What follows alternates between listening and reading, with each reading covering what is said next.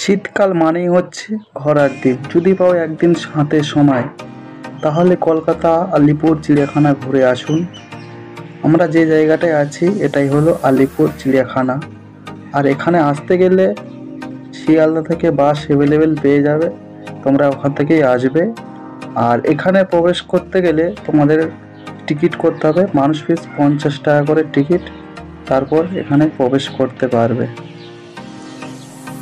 আর হ্যাঁ, অনলাইনে টিকিটের ব্যবস্থা আছে, তোমরা আগে থেকে টিকিট কেটে রাখতে পারো, তাহলে সুবিধা হয় আর কি।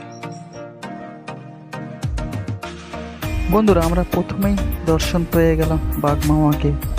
আমাদের সামনেই দেখতে পাচ্ছ বাঘ মামা ঘুরে বেড়াচ্ছে কত সুন্দরভাবে।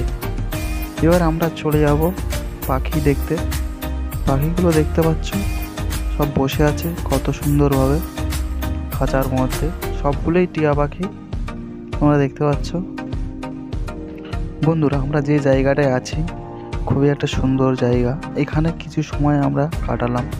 তারপর চলে গেলাম আমরা উট পাখি দেখতে। উট পাখিটা দেখো কত সুন্দরভাবে হেঁটে বেড়াচ্ছে, জাস্ট অসাধারণ।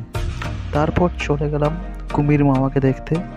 যেহেতু শীতকাল জল এমনি ঠান্ডা, তার কারণে কুমিরগুলো ওপরে ডেঙার ওপরে উঠে শুয়ে আছে, রোদ পোহাচ্ছে, আমরা বাইরে থেকে এনজয় নিচ্ছি।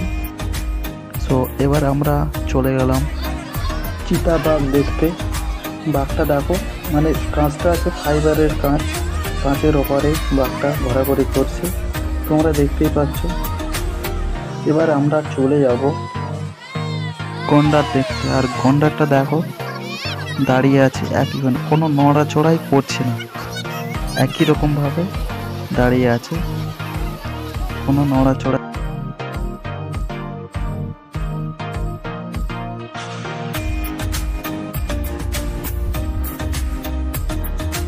বন্ধুরা, আমরা এখন চলে আসলাম জিরাফ দেখতে। আর জিরাফগুলো দেখো আমাদের পুরো সামনে, আর দেখো কত লম্বা লম্বা গলা, একদম সামনে থেকে আমরা দেখতে পাচ্ছি। আর 3টে জিরাফ আছে, দেখো লাইন দিয়ে কত সুন্দরভাবে হেঁটে বেড়াচ্ছে, দেখতে অসাধারণ লাগছে। দেখো কতটা সুন্দর লাইন দিয়ে হাঁটছে চোখের সামনে দিয়ে, কাছ থেকে দেখতে পাবো ভাবতেই পারিনি। চলো এবার আমরা চলে গেলাম ময়ূর দেখতে। ময়ূরটা দেখে এখানে বসে আছে, আর ময়ূরটা সাদা ধবধবে, ওখানে আরও আছে। এবার আমরা চলে যাব শিয়াল মামাকে দেখতে। দেখো শিয়াল মামাটা ওই পাশ থেকে আস্তে আস্তে ছুটে ছুটে আসছে, তোমরা দেখতে পাচ্ছ, আর এসে আমাদের একদম সামনে এসে দাঁড়িয়ে পড়বে। তো তোমরা দেখতে থাকো। আর ভিডিওটা যারা এখনও লাইক, শেয়ার, কমেন্ট, সাবস্ক্রাইব করেনি, প্লিজ সাবস্ক্রাইব করে দাও। চলো আবার দেখা হবে নেক্সট ভিডিওতে। আজকের ভিডিওটা এই পর্যন্তই থাকবে, ঠিক আছে।